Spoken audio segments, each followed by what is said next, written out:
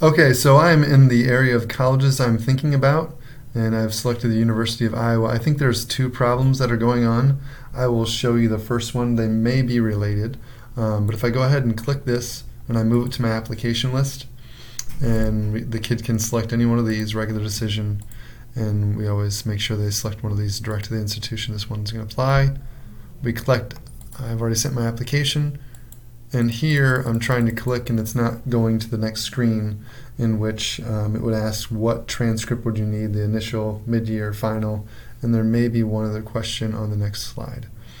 However, so I can't do that, so if I go back out into colleges I'm thinking about, the University of Iowa will have disappeared. So now it's no longer there. It didn't even recognize that I added it to the colleges I'm thinking about. So it may be a part of the same glitch, and it may not be, but those are the two things that we see going on.